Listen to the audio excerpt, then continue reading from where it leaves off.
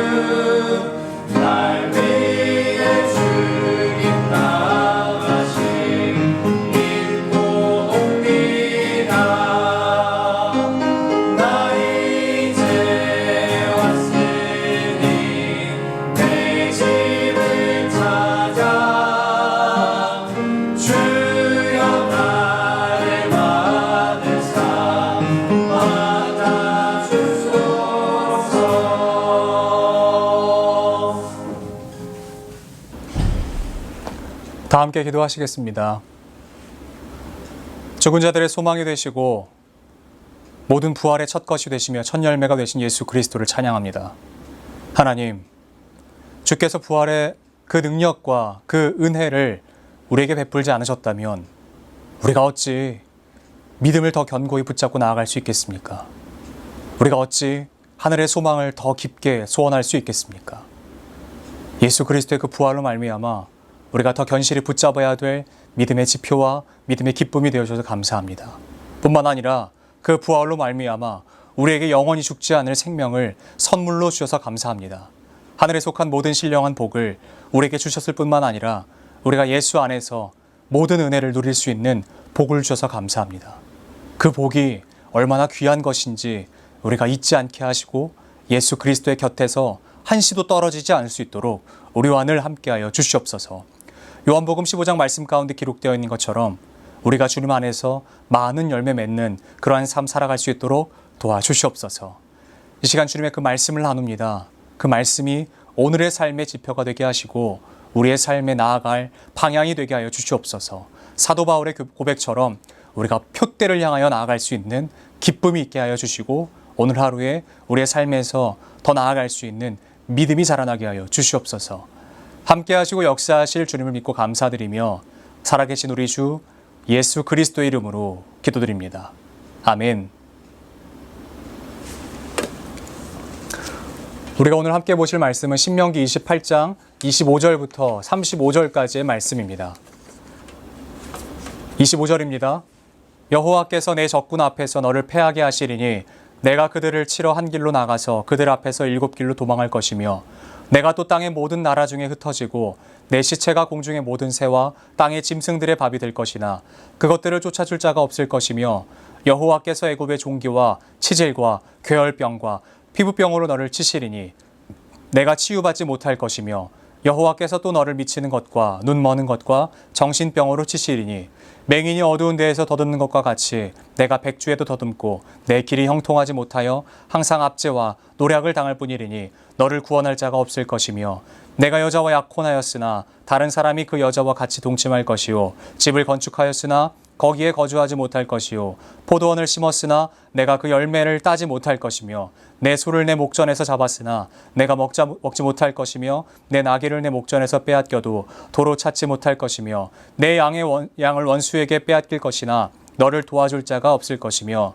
내 자녀를 다른 민족에게 빼앗기고 종일 생각하고 찾음으로 눈이 피곤하여지나 내 손에 힘이 없을 것이며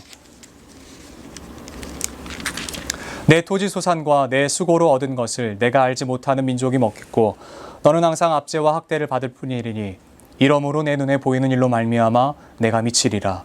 여호와께서 내 무릎과 다리를 쳐서 고치지 못할 심한 종기를 생기게 하여 발바닥에서부터 정수리까지 이르게 하시리라. 아멘. 저는 오늘 신명기 28장 25에서 35절의 말씀을 가지고 지키면 삽니다 라고 하는 제목으로 잠시 말씀을 증거하도록 하겠습니다. 여러분, 신명기 28장은 축복과 저주가 극명하게 나뉘는 장으로 기록되어 있습니다.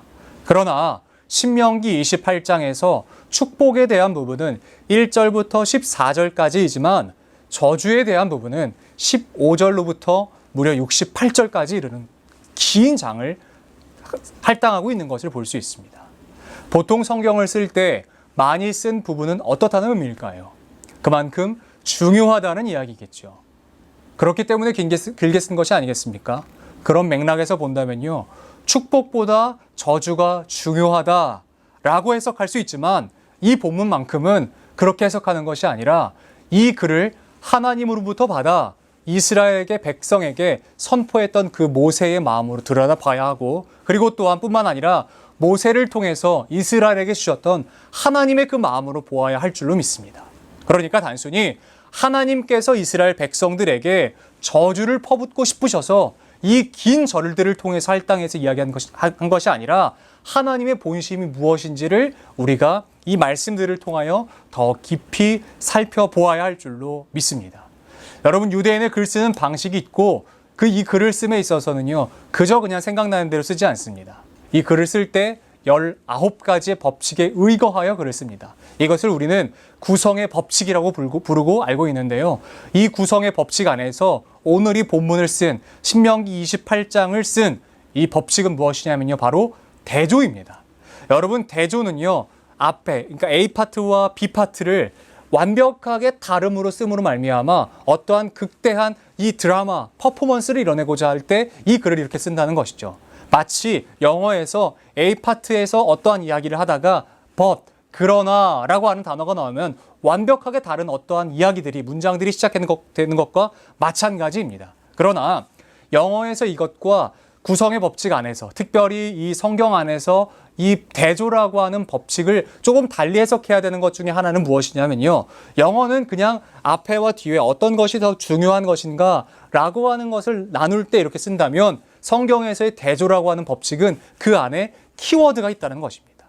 그러니까 이 키워드만 우리가 발견을 한다면요, 앞부분에서 이야기하고 있는 것 뿐만 아니라 뒷부분에서 이야기하고 있는 것 뿐만 아니라 모든 전체에서 이야기하고자 하는 중요한 메시지가 무엇인지 발견할 수 있게 됩니다. 그러니까 그 안에 흐르고 있는 대주제가 무엇인지 알 수 있다는 것이에요. 28장도 마찬가지로 대조로 쓰였다고 말씀드렸습니다. 여러분이 대조 안에서, 특별히 구성의 법칙 안에서 키워드, 그 키포인트가 무엇인지를 우리가 발견해야 되는데, 그것은 바로 이것입니다. 첫 번째는요, 청종이에요. 두 번째는 행함입니다. 하나님께서 28장 내용에서 하나님께서 힘을 주어 말씀하시고 싶으신 것은 무엇이냐면 첫 번째는 청종하는 것입니다. 두 번째는요, 이것을 행하는 것입니다. 청종하여 지키면, 청종하여 행하면 우리에게 복이 임한다는 것이에요. 이것이 1절부터 나와 있는 이야기고요. 반대로 15절부터 나와 있는 이 저주에 대한 이야기는 무엇입니까? 반대겠죠.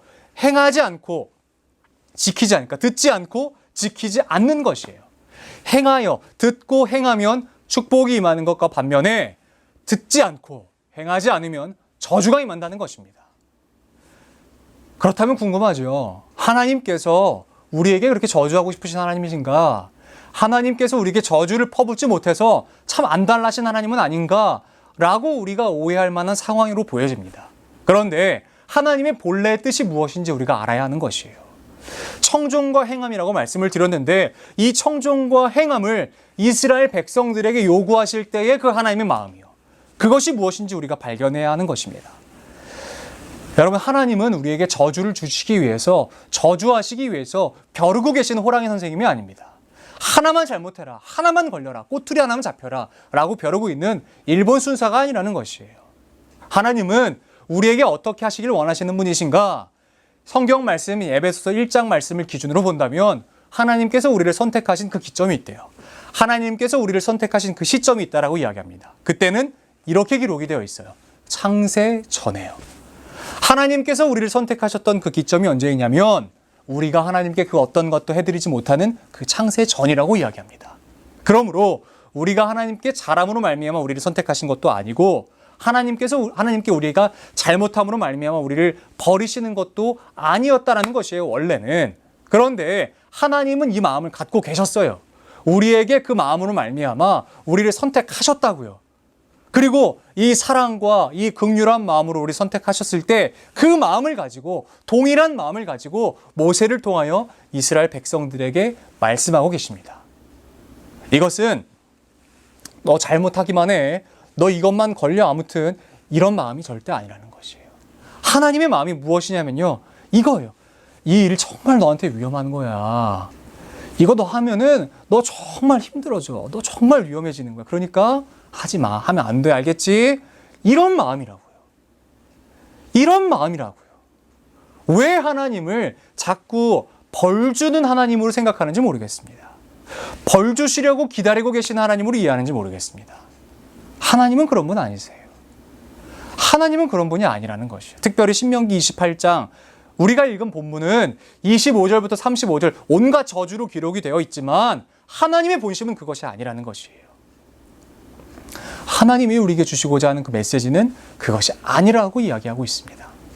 오늘 본문이 25절의 시작이 어떻게 기록되는지 아십니까? 수치입니다. 수치. 적군 앞에서 도망하는데요. 한 길로 와서 7길로 도망하는 것입니다. 하나로 모여서 한 길로 와서 대치를 하다가 싸우도 안 되니까 막 뿔풀이 흩어진다는 것입니다. 이것이 얼마나 수치입니까? 내 동료, 내 아군을 버리고 적군을 피해서 그냥 살고자 생면부지하기 위해서 도망한다는 것입니다. 모든 것들을 다 버리고 수치를 당할지언정 도망한다는 것입니다. 뿐만 아니라 이것은 어떻게 연결되냐면요, 그 축복이 나와 있었던 7절과 완벽하게 대조를 이루고 있습니다. 7절에서는 적군 앞에 섰을 때 네가 복을 받을 것인데 적이 너 앞에서 한 길로 왔다가 7길로 쫓겨나갈 것이다 였다면, 오늘이 본문 가운데 기록이 되어 있는 25절은 어떻게 기록되어 있습니까? 네가 적군 앞에 섰을 때 네가 적 앞에서 두려워 떨어 그 앞에서 한 길로 왔다가 7길로 흩어질 것이다 라고 이야기하고 있습니다. 축복과 저주가 완벽하게 대조를 이루고 있는 것이죠. 이어서 이렇게 이야기합니다. 자기가 죽었을 때, 죽게 되었을 때 그 시체, 그 죽음조차도 수수파리가 없다는 것이에요. 들짐승과 날짐승으로부터 말미암아 그들에게 모든 공격을 받는다고 하는 것입니다. 이게 얼마나 두려운 일입니까? 그것이 끝입니까? 그것으로 끝나지 않습니다. 그들이 직접 보지는 못했으나 아마 그들의 부모들로부터 들었을 것이에요. 무엇을 들었을까요? 이것을 들었을 것입니다. 야, 잘 봐. 하나님이 우리를 애굽 땅에서 이렇게 구원해내셨어. 첫 번째부터 10가지 재앙을 우리에게 보여주셨어. 그러면서 이 재앙도 있었어. 이 재앙은 바로 종기야 라고 하는 것이죠.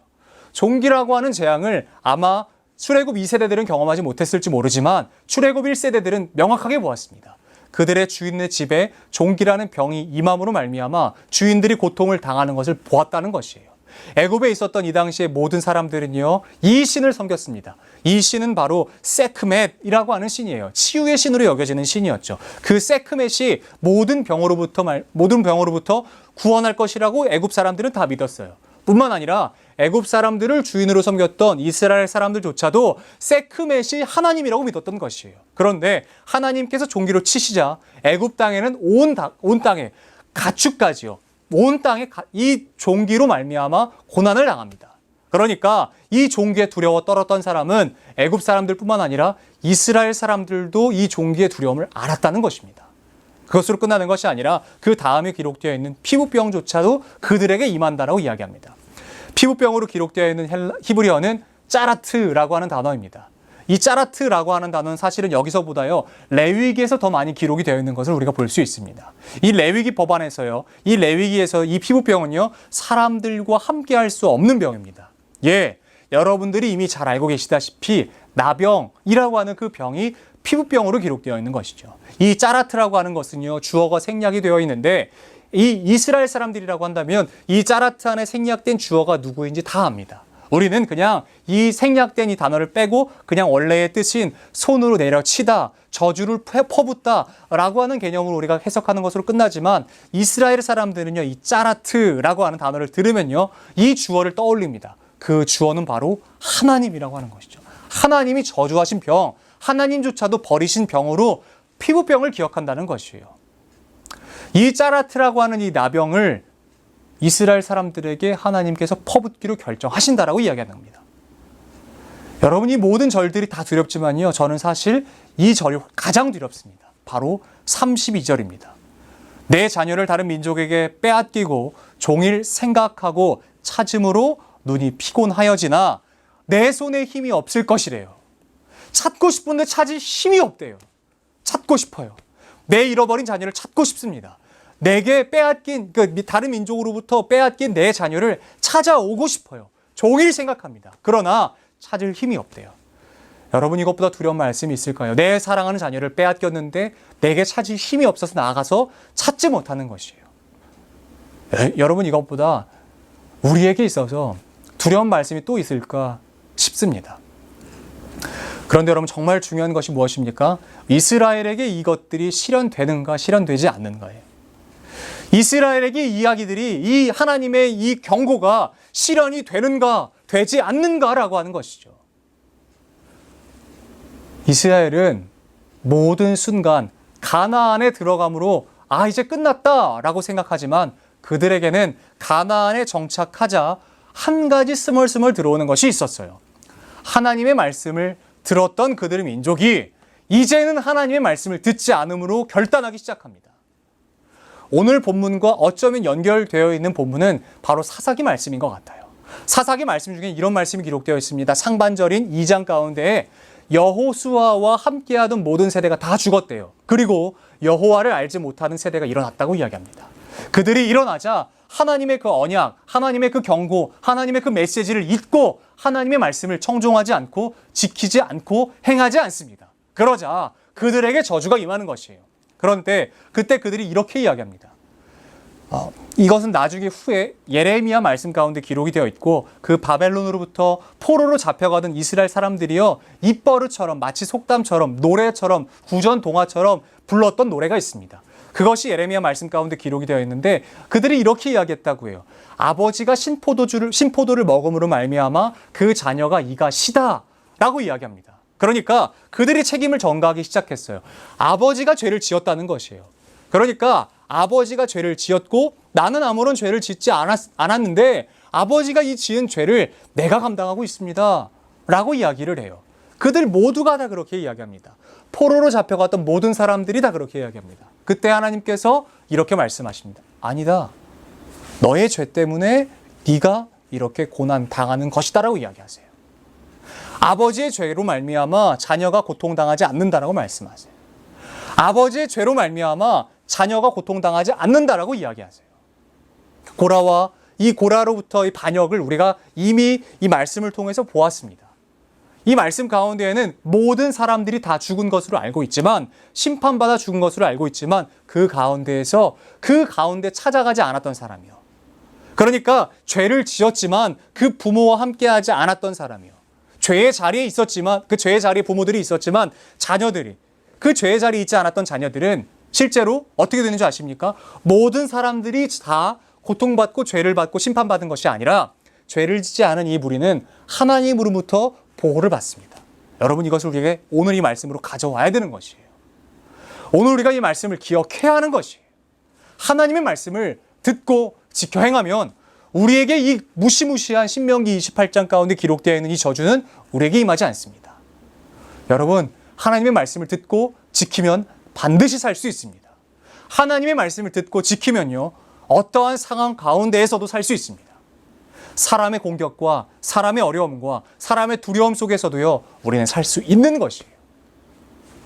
요한계시록이 쓰여지던 당시 사도 요한은 뿐만 아니라 모든 사람들은 이 사람이 모든 정권을 갖고 있고 권력을 갖고 있다라고 했습니다. 그 사람은 바로 도미티안 혹은 도미티아누스라고 하는 이 황제이죠.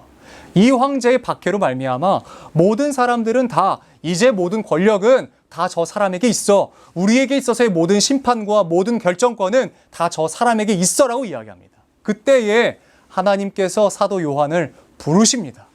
부르셔서 이것을 보여주세요. 하나님께서 무엇을 보여주십니까? 요한계시록 4장 말씀 가운데 이렇게 기록이 되어 있습니다. 하나님께서 요한에게 이리로 올라오라라고 말씀하시고 사도 요한에게 첫 번째 보여주시는 것은 바로 하나님의 보좌입니다. 요한계시록에서의 보좌는 무엇인 줄 아십니까? 바로 그 하나님을 상징하는 것이에요. 하나님을 보여주세요. 이 세상을 주권을 잡고 있는 이가 누구인지를 보여주세요. 모든 사람이 다 도미티안이 결정권을 갖고 있고 심판할 수 있다고 생각하는 그때에 하나님께서는 하나님의 보좌를 보여주세요. 그리고 한 발로는 온 땅을, 한 발로는 온 바다를 다 딛고 서 있는 하나님을 보여주세요. 모든 결정권이 누구에게 있는가 보라는 것입니다. 여러분, 우리의 삶에 두려움의 이 상황 가운데 있을지라도 우리가 하나님의 말씀을 듣고 지켜 행하면 우리는 반드시 살 수 있습니다. 반대로 우리의 삶이 목초지와 같고 푸른 초장과 같은 상황 가운데 우리가 놓여 있을지라도요, 평안한 가운데 있는 것처럼 보여지는 그 상황 가운데 있을지라도 하나님의 말씀을 듣지 않고 지키지 않기로 결정하고 하나님의 말씀을 실제로 지키지 않으면요, 이 말씀 가운데 기록되어 있는 이 무시무시한 저주가 우리의 삶 가운데 임한다는 것입니다. 여러분, 이 두려운 말씀 여러분의 것으로 지키지 않기를 바랍니다. 여러분에게 임하시지 않기를 바랍니다. 여러분의 말씀이 되지 않기를 바라요. 여러분에게는 오직 신명기 28장 1절부터 14절까지 기록되어 있는 이 축복만이 임하시길 바랍니다. 우리의 삶 가운데에 이 축복이 임할 수 있는 바로 비결은 이것이라고 말씀드리는 것이에요. 바로 청종하는 것이고 지켜 행하는 것입니다. 세상의 모든 세계사적인 사람들은 이스라엘이 힘이 없어서 망한다고 생각합니다. 이스라엘이 힘이 없어서 침략당하고 공격당하고 노략질 당했다고 생각합니다. 세계사적으로 볼 땐 그게 맞아요. 전쟁사의 개념으로 보고 힘의 논리로 본다면 그것이 맞습니다. 그러나 성경은 그렇게 말하고 있지 않아요. 성경은 그렇게 이야기하고 있지 않습니다. 성경은 오직 하나님의 말씀을 지키지 않았기 때문이라고 경고하고 있습니다. 하나님께서 오늘 우리에게 이 신명기 28장을 주시는 유일한 이유는 무엇이냐면 우리가 이 말씀을 듣고 지켜 행하라는 것입니다. 주 안에서 행하라는 것입니다. 주님 안에서 머물라는 것입니다. 그 말씀을 지켜 행하라는 하나님 아버지의 마음으로 우리가 해석해야 될 줄로 믿습니다. 벌하려고 우리에게 이 말씀을 주신 것이 아니에요. 너 이거 지키지 않기만 해. 너 이거 아무튼 하나만 어겨봐. 라고 하는 말씀으로 그 마음으로 우리에게 주신 것이 아니라 너 이거 지키지 않으면 너가 정말 위험한 거야. 너에게 정말 어려움이 오는 거야. 라고 하는 우리 주, 우리 아버지의 마음으로 우리에게 주셨다라는 것이에요. 누가 오늘 이 말씀을 지키시겠습니까? 누가 오늘 이 하나님의 말씀을 들으시고 지키시겠습니까? 사무엘상 말씀을 우리가 기억해야 할 필요가 있는 것이에요. 여러분, 순종이 제사보다 낫습니다. 순양의 기름을 드리는 것보다 하나님 앞에 그 말씀을 들음으로 말미암아 행하는 것을 하나님은 더 기뻐하실 줄로 믿습니다. 여러분, 저주를 축복으로 바꿀 수 있는 유일한 비결, 유일한 키는 바로 청종하여 듣고 지켜 행하는 것입니다. 하나님의 이 말씀을, 오늘 우리에게 주신 이 말씀을 우리가 우리의 말씀으로 받아 지켜 행하시기를 바랍니다. 하나님의 말씀으로 듣고 주의 말씀으로 행하면 우리에게 이 말씀은 축복의 말씀이 임할 것입니다. 믿습니다. 이 말씀이 우리에게 임할 거예요. 이 말씀은 우리의 말씀이 될 것입니다. 그러나 반대로 우리가 지키지 않기로 결정하고 지키지 않는다면 우리가 그토록 두려워했던 그 저주의 삶이 우리에게 임할지도 모릅니다. 그러니까 우리가 이제는 결정합시다. 언제까지 세상에 한 발, 예수 그리스도 안에 한 발, 언제까지 이렇게 살아가시겠습니까? 오늘 우리가 끊고 주님 앞에 나아감으로 말미암아 이제는 세상에 발을 디디고 있었던 이것을 버리고 온 땅을, 온 바다를 보좌 삼아 앉아 계신 예수 그리스도 하나님 아버지 앞에 들어가기로 결정합시다. 하나님만 우리의 주의, 하나님만 우리의 그 아버지로 믿기로 결정합시다. 여러분, 그 말씀을 지키면 반드시 살아날 줄로 믿습니다. 우리의 사방의 우겨쌈을 당하는 이 상황 가운데 우리가 놓여져 있을지라도, 코로나 바이러스가 아무리 무서워도, 경제적 기근, 전쟁으로부터의 압박, 또한 이 우익과 좌가, 우와 좌가 나눠져 있는 이 대립, 이것이 중요한 것이 아니라 하나님 아버지 안에 속해 있으면 우리 안에는 세상이 맛보지도 못했고 세상이 누리지도 못했던 그 샬롬, 그 평강이 넘쳐나게 될 줄로 믿습니다. 오늘 우리가 주님의 말씀을 들음으로, 또한 주님의 말씀을 지킴으로 이 모든 신령한 축복이 여러분의 축복이 되셨으면 좋겠습니다.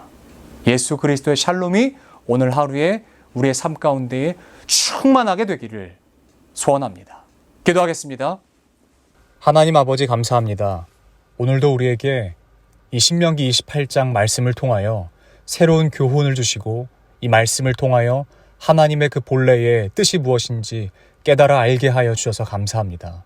하나님은 우리에게 벌을 주시고자 벼르고 계신 하나님이 아니라 우리에게 사랑으로 말미암아 보호하시고 안아주시기 위해서, 또한 죄로 물들지 않게 하기 위해서 우리에게 이런 말씀을 주시는 것을 기억합니다.